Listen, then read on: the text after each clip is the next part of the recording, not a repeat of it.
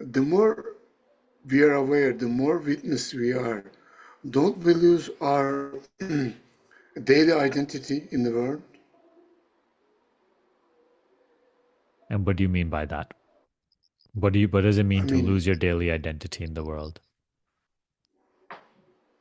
the one, okay, I mean, I can explain.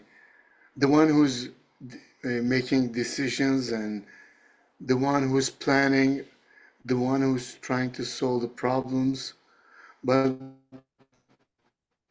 the more, if I see myself as the witness of these things, don't I uh, lose the identity of the person who is trying to decide, who is trying to make plans?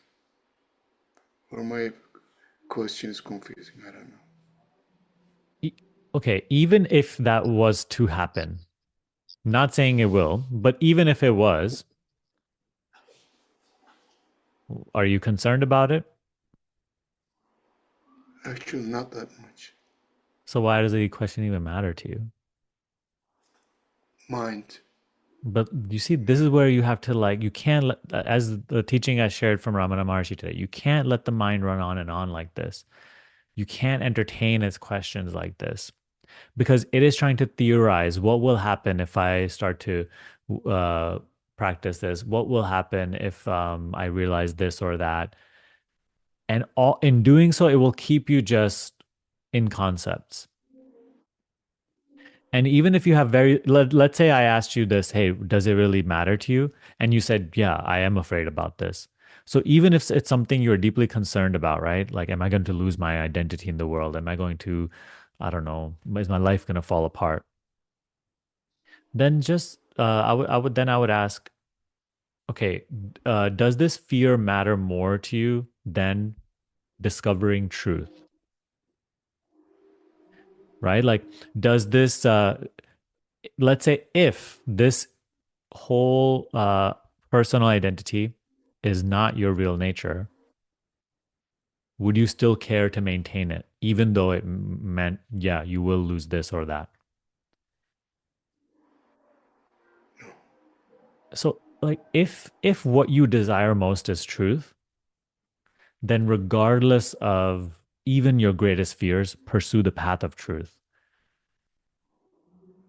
And if these things don't matter to you as much, and if you're not so afraid of this or that, then you have no space for questions like that, which are just theorizing and creating mental images about what may happen, how experience may change, because that will do you no good. You're So right. the practice remains simple. You asked how to be like notice the witness at the same time, how to do and whatever. The truth is, you are never doing. You are never thinking. You are never deciding. That is true. That can be recognized. That's what the teaching is trying to help us recognize through the practice. So yes, you never think, you never act, you never do because you're not the body, you're not the mind. The only way to start noticing that is just in any given moment when speech is happening or when you are thinking about what to do, just notice yourself being only the witness. The thinking, the deciding, the body moving is always the perceived experience. The image on the screen. It is never the screen. It is never the seer. It is always the seen image. So yes, you appear to be thinking, "Oh, why? What am I going to eat today?" Or you appear to be speaking, but yes, this is not yourself.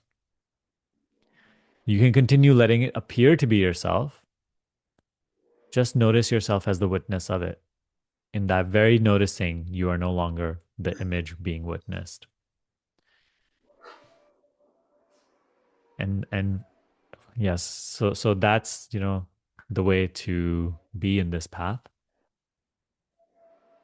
But for anyone genuinely afraid about losing certain things or life falling apart, trust. It's a lot simpler than that. Like there's nothing to lose. The illusion is not worth keeping intact in the first place because actually it is hanging on to these illusions and misunderstandings about who we are is what creates all of our suffering. It's not truth which will create suffering.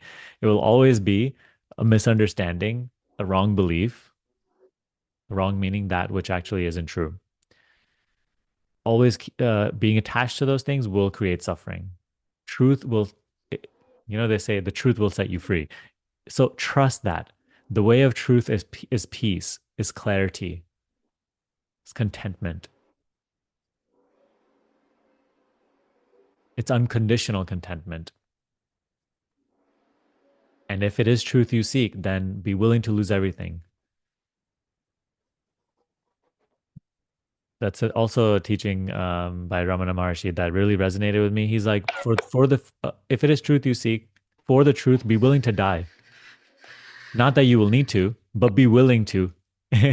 Anyway, that willingness is what like helps you bypass all of these mental attachments and worries and whatnot. It is a certain madness that takes you over where you realize that, hey, there's no truth in any of this. It is all an appearance. So that is what we call earnestness on this path, you know. Mhm.